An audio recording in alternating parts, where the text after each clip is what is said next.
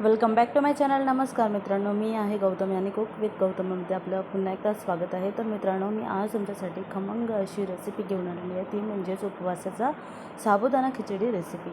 तर साबुदाणा खिचडी रेसिपी जी आहे मी आज तुमच्यासोबत शेअर करणार आहे. तर व्हिडिओ शेवटपर्यंत नक्की पहा, जेणेकरून छोट्या मोठ्या टिप्स तुम्हाला कळतील. तर मित्रांनो, बऱ्याचदा काय होतं की साबुदाणा जो आहे आपल्याला मोकळा बनवायचा असतो, सुटसुटीत बनवायचा असतो. तर बऱ्याच जणांचा साबुदाणा हा बिघडतो. तर या प्रक्रियेमध्ये स्टेप बाय स्टेप जे आहेत मी ते जे आहे तुम्हाला स्टेप्स शेअर करणार आहे. तर व्हिडिओ शेवटपर्यंत नक्की पहा. तर चला मित्रांनो, वेळ न घालवता आपण रेसिपी स्टार्ट करूया. तर मित्रांनो, इथे मी रात्रभर भिजवलेला साबुदाणा हा वापरलेला आहे. साबुदाणा सुटसुटीत होण्यासाठी काय करावे हे तुम्हाला मी व्हिडिओमध्ये सांगेल, तर तुम्ही व्हिडिओ कंटिन्यू पाहत राहा.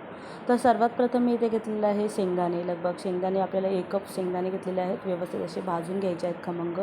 जर तुम्ही माझ्या चॅनलवर नवीन आहात तर माझ्या चॅनलला सपोर्ट करा, म्हणजेच सबस्क्राईब करा, जेणेकरून अशाच नवनवीन व्हिडिओज तुमच्यासाठी मी शेअर करेल आणि त्याचं नोटिफिकेशन तुम्हाला इझिली मिळेल.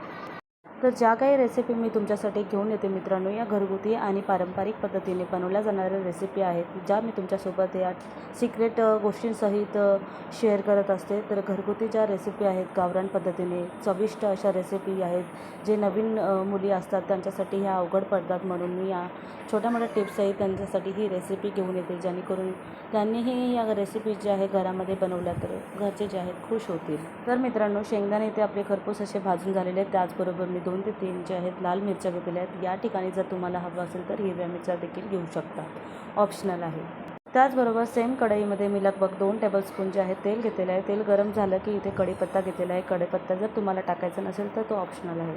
सोबतच मी एक मीडियम साईजचा आंबट टोमॅटो घेतलेला आहे, आंबटपणा येण्यासाठी कट करून असं टाकलेलं आहे. त्याचबरोबर चवीनुसार मी मीठ ॲड करून इथे टोमॅटो आपल्याला मॅश करून घ्यायचे आहेत. तर आता साईडला मी काय करणार आहे की जे शेंगदाण्याचं कूट आहे आपल्याला इथे बनवून घ्यायचं आहे. कूट म्हणजेच जे आहे शेंगदाणे आणि मिरच्या आपल्याला वाटून घ्यायच्या आहे. असं पावडर आपल्याला बनवायचं आहे. जर तुम्हाला खरखरीत शेंगदाणे हवे असतील तर तुम्ही ते त्याप्रमाणे आपण मिक्सर थोडं हलवून आपण त्यामध्ये ॲड करू शकतो. शेंगदाण्याचं कूट आपलं थोडंसं परतून झालं की आपण लगेचच यामध्ये जो आहे साबुदाणा ॲड करून व्यवस्थित असं चमच्याच्या सहाय्याने मिक्स करून घेणार आहोत. लगभग 5 ते 7 मिनटं आपल्याला व्यवस्थित लक्षपूर्वक जे आहे इथे साबुदाणा परतून घ्यायचा आहे. साबुदाणा परतून घेताना आपल्याला शेवटी ध्यान द्यायचं आहे की आपल्याला लो फ्लेम करायचं नाही आणि फास्टही करायचं नाही, जेणेकरून साबुदाणा चिकट किंवा अनकुक राहतो. तर मित्रांनो, मीडियम फ्लेमवरती आपल्याला साबुदाणा हा परतून घ्यायचा आहे व्यवस्थितरित्या आणि एकजीव करून घ्यायचा आहे. थोडंसं चवीनुसार मीठ मी ॲड केलेलं आहे, कारण की थोडंसं टमॅटो मॅश होईपर्यंत मी थोडंसं मीठ ॲड केलेलं आहे. तर आता मी खिचडीसाठी इथे व्यवस्थित असं प्रमाण इथे घेतलेलं आहे.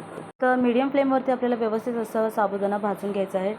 बघू शकता तुम्ही, साबुदाणा हा थोडासा ट्रान्सपरंट असा झालेला आहे, म्हणजेच जेलीसारखा दिसू लागलेला आहे, म्हणजेच परफेक्टली असा कुक झालेला आहे आणि सुटसुटीत झालेला आहे. तर साबुदाणा सुटसुटीत होण्यासाठी आपल्याला जो साबुदाणा आपण भिजायला घालतो, तर भिजण्यासाठी आपल्याला लगभग 2 ते 3 पाण्याने व्यवस्थित असं सगळं पीठ निघेपर्यंत आपल्याला साबुदाणा धुवून घ्यायचा. साबुदाणा धुवून झाल्यानंतर लगभग 1 बोट जे आहे डीप होईपर्यंत किंवा साबुदाणा भिजेपर्यंतच पाणी आपल्याला ॲड करून रात्रभर आपल्याला साबुदाणा भिजत ठेवायचा आहे. रात्रभर ठेवायचं नसेल तर लगभग कमीत कमी 4 ते 5 तास आपल्याला व्यवस्थित साबुदाणा भिजवायचा आहे. परफेक्टली हा साबुदाणा भिजून तयार होतो. साबुदाणा भिजण्यावरतीच आपली खिचडी जी आहे परफेक्टली कन्सिस्टन्सी बनते. तर इथे चिकट न बनायचे असेल तर साबुदाणा आपल्याला व्यवस्थित परफेक्टली भिजवायचा लागतो. तर इथे आपली खिचडी जी आहे साबुदाण्याची तयार झालेली आहे. तुम्हाला हवं असेल तर यावरती आपण गार्निशिंगसाठी कोथिंबीर देखील घालू शकतो. इथे आम्ही कोथिंबीर खात नाही, म्हणून इथे कोथिंबीर ॲड केलेली नाही आहे. आणि हां मित्रांनो, मी इथे साधं मीठ वापरलेलं आहे. जर तुमच्याकडे असेल तर काळं मीठ तुम्ही वापरू शकता. तर आपली इथे परफेक्टली अशी खिचडी जी आहे मोकळी पाट अशी तयार झालेली आहे. तर साध्या आणि सोप्या पद्धतीमध्ये लगभग झटपट बनणारी ही रेसिपी आहे. जर व्हिडिओ आवडला असेल तर असंच माझ्या चॅनलला सपोर्ट करा. जर काही नवीन व्हिडिओज तुम्हाला हवे असतील तर मला कमेंट बॉक्समध्ये तुम्ही कळवा, जेणेकरून मी अशाच नवनवीन रेसिपीज तुम्हाला वेगळ्या पद्धतीने दाखवेल. तर मित्रांनो, आजसाठी एवढंच मित्रांनो. परत एकदा मिळूया नवीन रेसिपीसोबत. Bye bye, take care.